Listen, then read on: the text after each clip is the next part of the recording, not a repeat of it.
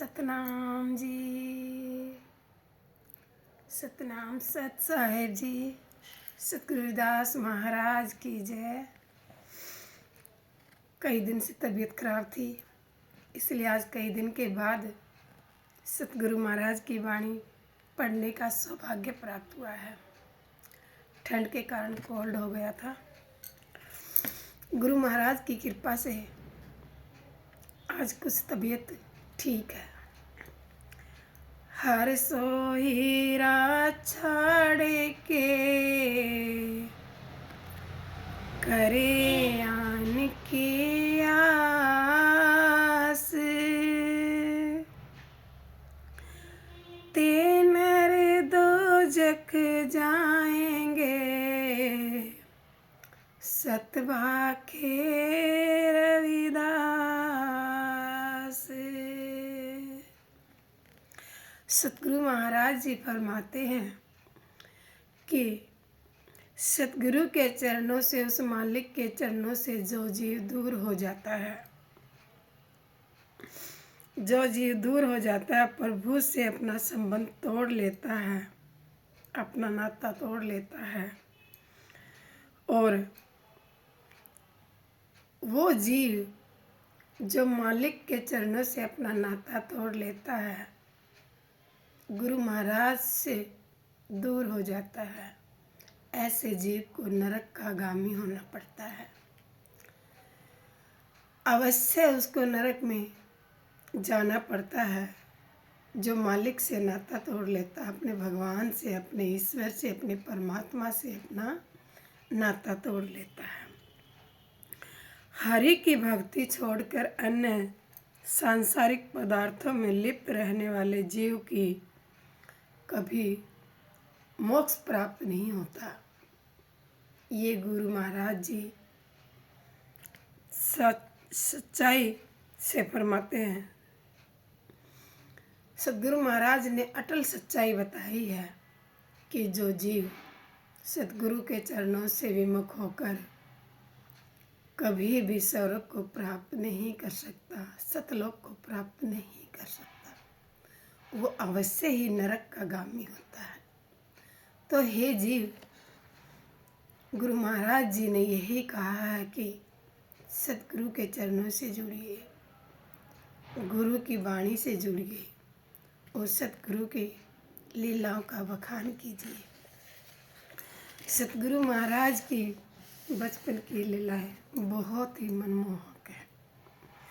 सतगुरु रविदास जी के चेहरे का तेज बाल्यावस्था में ही इतना उज्जवल था कि कोई भी उनसे प्रभावित हुए बगैर नहीं रह सकता था। उनके प्रत्येक दर्शन करने की लालसा रखता था, प्रत्येक व्यक्ति उनके दर्शन करने की लालसा रखता था। रूबी नूर, चेहरे पर अनुपम लालिमा और आँखों में सुरूर, होठों पर इलाही मुस्कान, शांत मुद्रा, दिव्य गुण उन्हें अन्य बच्चों से अलग कर देते थे। आप जी के बचपन की यह विलक्षणता सभी को मोह लेती थी। आपकी बाल लीलाओं को देखकर मन में सुखद संतोष की गरिमा उत्पन्न हो जाती थी। ऐसे दिव्य बाल स्वरूप के दर्शन उच्च वर्ग से संबंधित लोग भी करना चाहते थे। समाज में उच्च वर्ग के लोगों में चाहे रविदास दर्शन कर भ्रष्ट होने की आशंका बनी रहती थी, तो भी उनकी अंतर चेतना इस बालक के रूप सौंदर्य की चर्चा सुनकर इस दिव्य ज्योति के दर्शन किए बिना नहीं रह सकती थी। सतगुरु महाराज जी के स्वरूप का ऐसा तेज देखने के लिए हर एक दिल को बेचैनी बनी रहती थी। गुरु महाराज की वाणियाँ सुनने के लिए बहुत से ब्राह्मणों ने सतगुरु महाराज को अपना गुरु रूप में अपना सदगुरु बनाया और मीराबाई ने भी और 152 राजे महाराजाओं ने भी सतगुरु महाराज को अपना सतगुरु बनाया और अपना सौभाग्य जागृत किया। गुरु महाराज की महिमा अनंत अपरंपार है। सतगुरु महाराज की लीलाएं अपरंपार हैं। उन्होंने समस्त समाज को एक माला के मोती की तरह पिरोया और समाज में समानता का संदेश दिया। ना कोई ऊंच है ना कोई नीच है, सब समान है।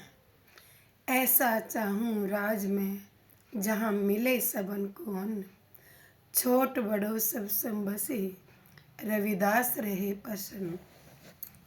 सतगुरु महाराज जी ने कहा कि मैं ऐसा राज चाहता हूँ जहाँ ना कोई छोटा है ना कोई बड़ा है, ना कोई ऊंच है ना कोई नीच है, सब एक समान है।